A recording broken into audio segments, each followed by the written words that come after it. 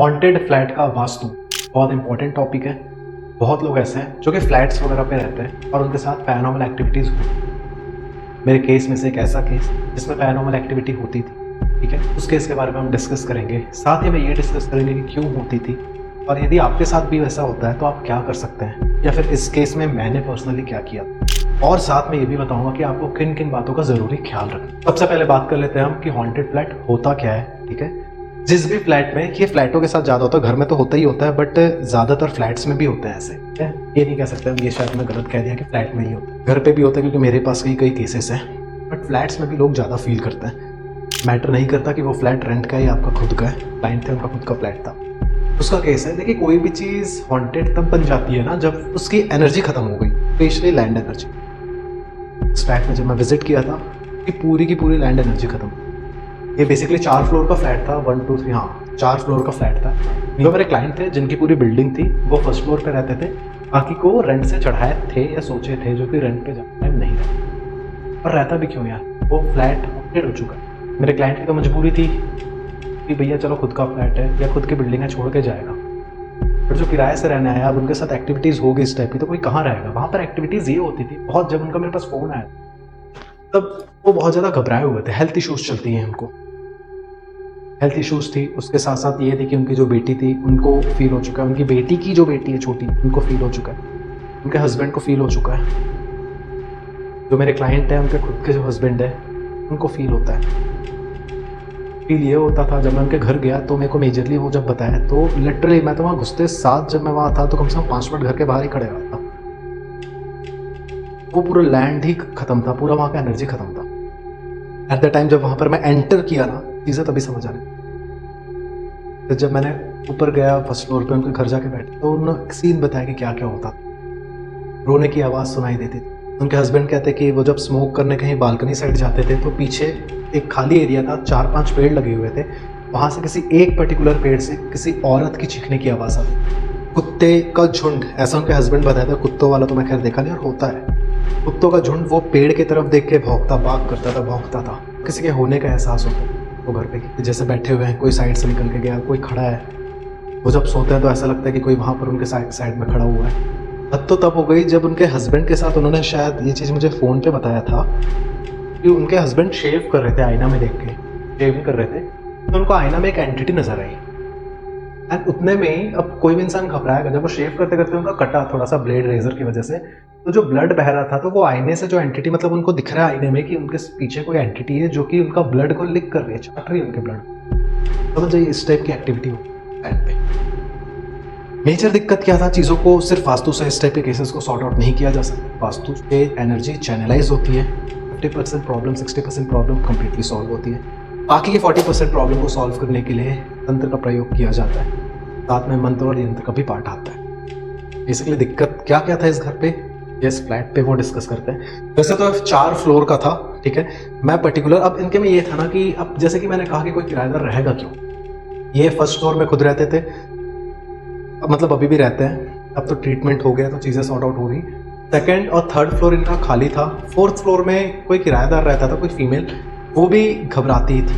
अब इनके में प्रॉब्लम क्या था पता है, जब इनके घर के फ्लैट के मैं पीछे साइड बालकनी में जाके देखा, पीछे का एरिया ग्राउंड एक था जो कि खाली था पूरा, वो उसी साइड वो पेड़ थे जो उनके, मेरे क्लाइंट के हस्बैंड को जहाँ से रोने की आवाज़ आती थी। साथ में जस्ट इनके फ्लैट से लगा हुआ, मतलब इनके बिल्डिंग से ही टच, एक जस्ट पीछे एक एबंडेंट बिल्डिंग थी, इनका कंस्ट्रक्शन कंप्लीट नहीं हो पाया था। उस बिल्डिंग पे भी इनको, जो मेरे क्लाइंट के हस्बैंड थे, उनको वो सेम चीज़ दिखी थी। वो मेरे को बताते कि सर यहीं पर मैं खड़ा हुआ था इस बालकनी पे, मतलब जब मैं विजिट किया, पीछे के बालकनी से जस्ट वो टच था वो वाला बिल्डिंग, जो अबेंडेंट बिल्डिंग था जिसका कंस्ट्रक्शन रुक गया था। बोले कि सर इस बिल्डिंग पे कोई नहीं रहता है। बट हुआ ये कि एक बार मैं यहाँ पर आकर खड़ा हुआ था और मैंने देखा कि एक फीमेल यहाँ पर कपड़े सुखा रही, कोई नहीं रहता वहाँ पर, और फीमेल कपड़े सुखा रही है। फीमेल इनके तरफ देखी, मैंने थोड़ा घबराया, अंदर किसी को बुलाने के बाहर आया तो वहाँ पर कोई नहीं था, ना फीमेल थी, ना कपड़े थे, ना कुछ। तो ये एक्टिविटी होती थी और ये सच है।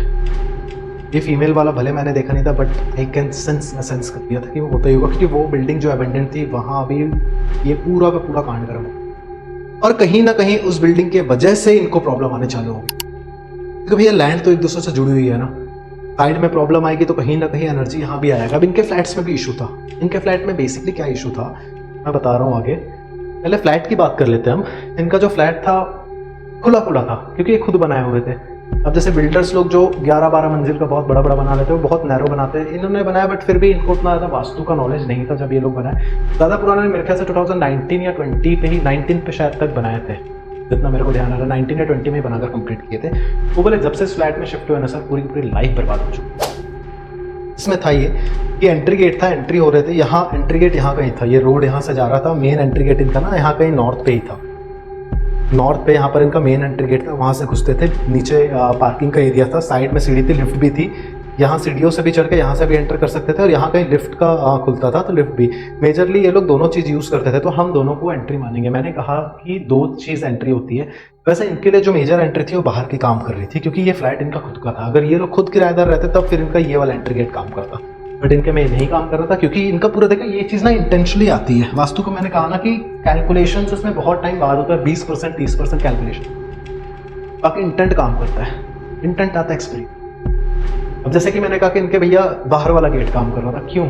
इनके पूरी बिल्डिंग को ही अपना मान रहे। तो हुआ ये कि जस्ट अंदर यहाँ से घुसते थे, यहाँ पर मैं बैठा था, ये सोफा का है, ये टी टेबल वगैरह लगा हुआ इस साइड। तो अगर इनका ट्रीटिंग देखे स्टार्टिंग से, तो देखो नॉर्थ ईस्ट में हैवी आइटम आ गया। सोफा का जो सेट है बहुत हैवी था, आजकल के सोफा ऑफकोर्स बात हैवी आते। नॉर्थ ईस्ट हेल्थ इशू, यहाँ पर ये नहीं होना।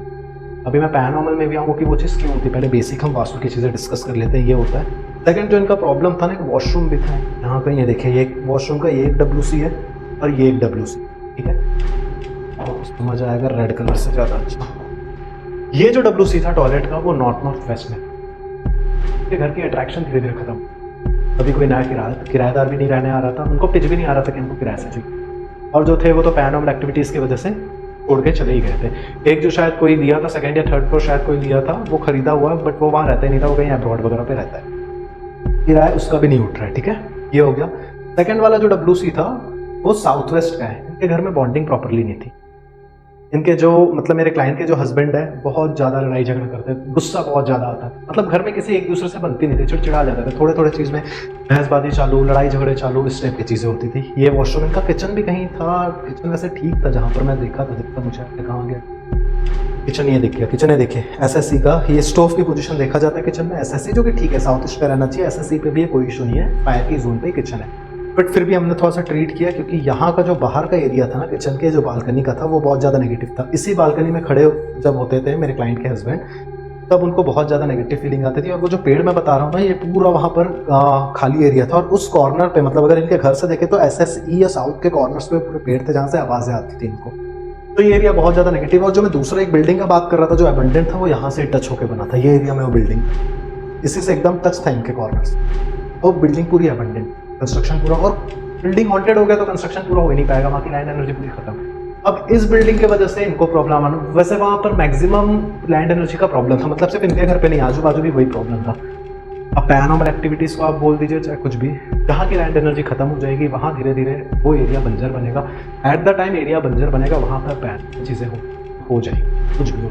मेरे क्लाइंट का उनका हेल्थ इशू होने का एक और बहुत बड़ा कारण था, लैंड एरिया तो चलो ठीक है नेगेटिव था, और एक कारण था कि वो ना साउथ वेस्ट पे सो रही थी। साउथ वेस्ट है, वहाँ एक बेड होगा, ये बेड है, देखिए ये जो बेड है वो आधा टच हो रहा है साउथ वेस्ट को और आधा टच हो रहा है SSW को। तो यहाँ पर वो हेड रख के यहाँ पर पैर करके सोती थी, मतलब उनका आधा बॉडी आ रहा है साउथ वेस्ट में, जो कि ठीक है, बट आधा नीचे का आ रहा था साउथ वेस्ट में। अब इनके सामान बहुत ज़्यादा, लोग शायद बेड पूरा फिक्स वाला बनाए थे, बोले सर बेड को शिफ्ट नहीं कर सकते। मैं बोला कोई बात नहीं कर सकते, अभी इमरजेंसी के लिए आप ये करिएगा कि आपको हेल्थ इशू ऑलरेडी चल रही है, वो चलने में भी उनको प्रॉब्लम आता है। तो मैंने ये कहा कि भैया फिलहाल के लिए कोशिश ये करिए कि आप इस साइड सोइए, तो आपका 90% बॉडी का पार्ट साउथ वेस्ट में आएगा, SSW पे आएगा ही नहीं। तो वो उन्होंने किया। पहली बात, सबसे मेजर रीज़न था बाजू का घर जो था वो पूरा एबंडेंट था, मेजर एनर्जी वहाँ पर गिरी हुई थी, उसकी वजह से इनके घर में प्रॉब्लम होनी चालू हुई। दूसरा जो इशू था, जो कि लोग अक्सर भूल जाते हैं, कभी भी घर को वास्तु ऑस्पिशियस क्यों बनाना चाहिए। आपका घर बन चुका, आप किसी कंसल्टेंट को बुला रहे हैं, ठीक है वो तो, बट कोशिश ये करिए कि अगर आप नया घर भी बना रहे हैं, आप पंडित से जो भी पूजा पाठ करवाओ, ठीक है वो अच्छी बात है, आप वो चीज़ करवाओ, बट घर बनने से पहले अगर पॉसिबल हो, लेट अस सपोज आप कोई घर नया बनाने जा रहे हो, बनाने का सोच रहे हो, उस वक्त भी आप किसी कंसल्टेंट को बुलाओ। जो जेन्युइन कंसल्टेंट रहेगा वो या तो लैंड बहुत ज़्यादा नेगेटिव होगी तो वहाँ पर बनाने ही मना कर देगा। मैं पर्सनली मना नहीं करता हूँ, मैं तो बोलता हूँ लैंड जैसे भी जो भी ले लो, ट्रीट करो, क्योंकि अगर लैंड बंजर रहती है, डेड रहती है, या इस टाइप की एक्टिविटीज़ होती है, वहाँ पर लैंड को ट्रीट किया जाता है। पर्सनली वो वास्तु का पार्ट मेरे में नहीं आता, क्योंकि मैं वहाँ पर तंत्र का पार्ट यूज करता हूँ लैंड की एनर्जी को चैनलाइज करने के लिए कि भैया आजू बाजू की एनर्जी जैसे भी रहे, आपको वो जमीन गलत रिजल्ट ना दे, वो आपके लिए सही हो। और उस घर में देखिएगा बहुत से ऐसे घर रहते हैं जिसमें कंस्ट्रक्शन ही रुक जाता, लैंड एनर्जी खराब होती है, प्रॉब्लम देता है। इनके में ये प्रॉब्लम थी। दूसरी जो सबसे बड़ी प्रॉब्लम थी इनकी कि इनके नीचे, मतलब इसी के नीचे जो ये एरिया ना, इतना एरिया इनका पार्किंग का एरिया था। यहाँ से जब नीचे गेट से घुसते थे तो ये एरिया इनका पार्किंग का एरिया था। ये एरिया में ना इनके रूम्स, मतलब ये मैं मैप से इसलिए समझा रहा हूँ कि इसका नीचे का इमेजिन करिएगा आप, ठीक है, ग्राउंड फ्लोर में होता ये एरिया जहाँ पर मैं ये रेड कलर की लाइन खींचा, वहाँ पर रूम्स बने हुए थे ग्राउंड फ्लोर पे। अब रूम का ये था कि वो 3 या 4 रूम्स थे, वो तीनों चारों रूम बंद। यहाँ भी एक कहीं रूम था इनका नीचे ग्राउंड फ्लोर में, साउथ ईस्ट पे या कहीं इस एरिया पे भी था। तो वो 3-4 जो रूम्स थे ग्राउंड फ्लोर के, वो तीनों चारों रूम बंद थे। वहाँ पर इन्होंने स्टोरेज रख रखा था, आइटम स्टोर कर रखा था, ताला लगा के रख दी। वैक्यूम क्रिएट हो गया, ऑलरेडी लैंड की एनर्जी इनकी ऐसी खराब हो चुकी थी। साथ में ये लोगों ने रूम बंद किया, वहाँ पर वैक्यूम क्रिएट हुआ, प्रॉब्लम आनी और चालू। मतलब जब जाते थे पार्किंग में घुसते साथ वो सेकंड रूम आता था, ये जोन में कहीं आएगा, ईस्ट साउथ ईस्ट, ये जहाँ पर रब किया ना मैं, ये वाला जो पार्ट है, यहाँ पर कहीं पर वाला रूम था, वो रूम लिटरली हॉन्टेड, लिटरली। मतलब वो चीज़ मुझे फील हुई जब उस रूम के पास गया ना मैं, खिड़की शायद खुली थी, स्लाइडिंग थी, खुली थी।